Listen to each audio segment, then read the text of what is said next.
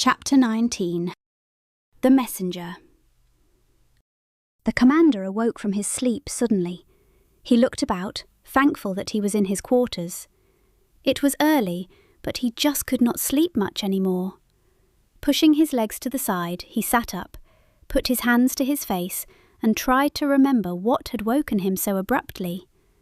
It was a dream, a horrible dream. It was as if the weight of the universe was about to crash over him, crushing all that he and his people had tried so hard to maintain.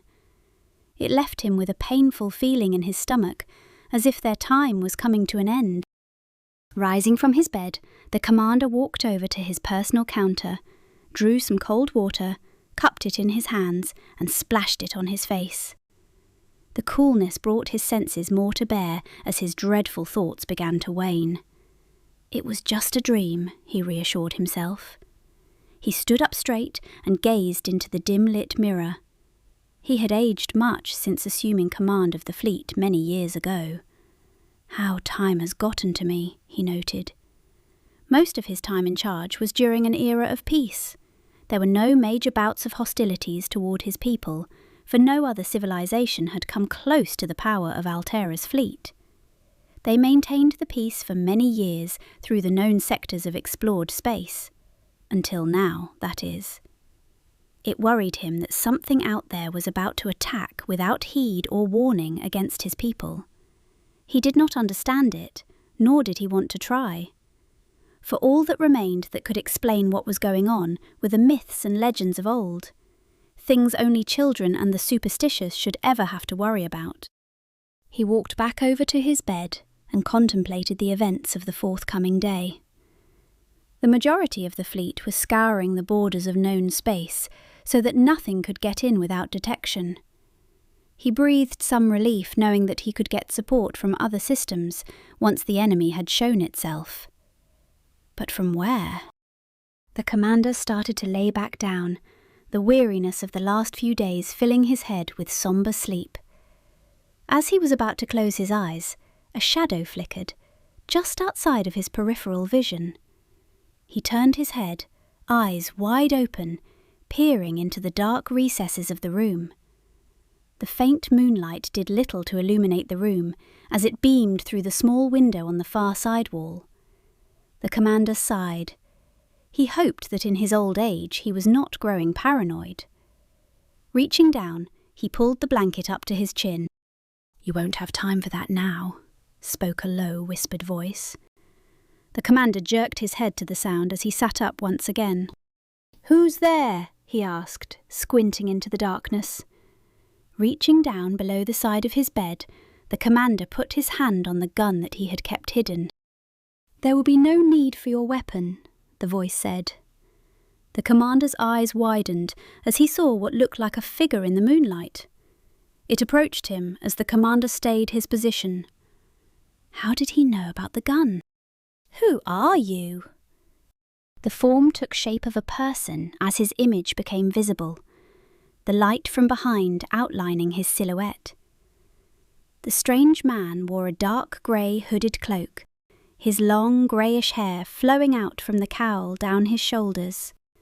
His eyes reflected the light from outside, as if the moon was showing through his head and out through his sights. The commander froze. He had never seen anyone who looked like this before. The figure approached him, kneeling down to his position. The commander flinched as the figure touched his shoulder.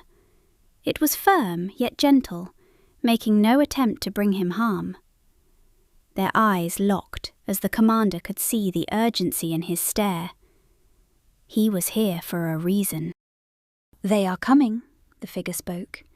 "They will stop at nothing until your people are gone, and then they will attempt to eliminate the chosen one." The commander contemplated his words, yet he could not quite grasp their meaning. Who? Who is coming? What do you mean, chosen one?" The figure watched the commander, studying him as there was little time to explain the events that were about to take place.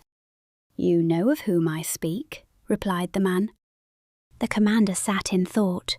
For some reason, his mind wandered back to the meeting, to the man sitting next to Braum. Was that him? "Take heed now," continued the stranger. "You have 12 hours before they arrive. You and your people are in grave danger. You must hurry." The figure withdrew back toward the window. The commander watched as he stood up, reaching for him, still not quite understanding what he was asking. "How did they get through? We would have known." The figure turned back to the commander, his eyes flaring the moon's beams once more. "You cannot stop the inevitable from happening," the figure replied. "They are too strong. You must withdraw from this world and gather yourself for a final battle, and pray that things change before then." The figure backed up beyond the shadows of the window as his form mixed into the surroundings. The commander reached out one last time, trying to find the last thing he wanted to ask. "What do we do?" he breathed out, unsure of why he would ask that of the figure. The stranger began to disappear, slowly within the confines of the shadows. His form a bare sight before his eyes lost their light. "Do what you must," he replied, "but they must not take the earth at any cost." The commander stopped. The earth? He took another step, but the figure was gone. He was alone once again. They were coming, but from where? All the routes to Altera were covered, but what if it wasn't enough? A soft beep came from the far desk. The commander closed his eyes, dreading what it may represent. He turned on the desk light and pressed the communicator button. "This is the commander," he stated. "Sorry to disturb you, Commander," said the voice through the communicator. "Our ships in the Virant system have encountered a massive armada matching the description of the enemy, and they're heading in this direction. We've taken heavy losses along that sector, sir. The rest of the fleet is standing by for orders." The commander's cheeks flexed in frustrated anger. "Contact the nearest ships to intercept. Tell everyone else to regroup at Station 9, he replied, formulating a plan in his mind. Sir, replied the voice. Station 9 is our last western outpost. What about Altera? The commander heaved a regrettable sigh. There was no other choice. Prepare to evacuate all personnel from the planet, he told him. We have 12 hours to get everyone away before they arrive. There was a hesitation before the officer spoke. Yes, sir, he replied. Then all was quiet. The commander looked toward the window again. Whoever the figure was, he was right. He was dead right. If anything, the commander could protect his people. But one thing stood out from anything as his thoughts echoed the last of the stranger's message. They must not take the earth at any cost.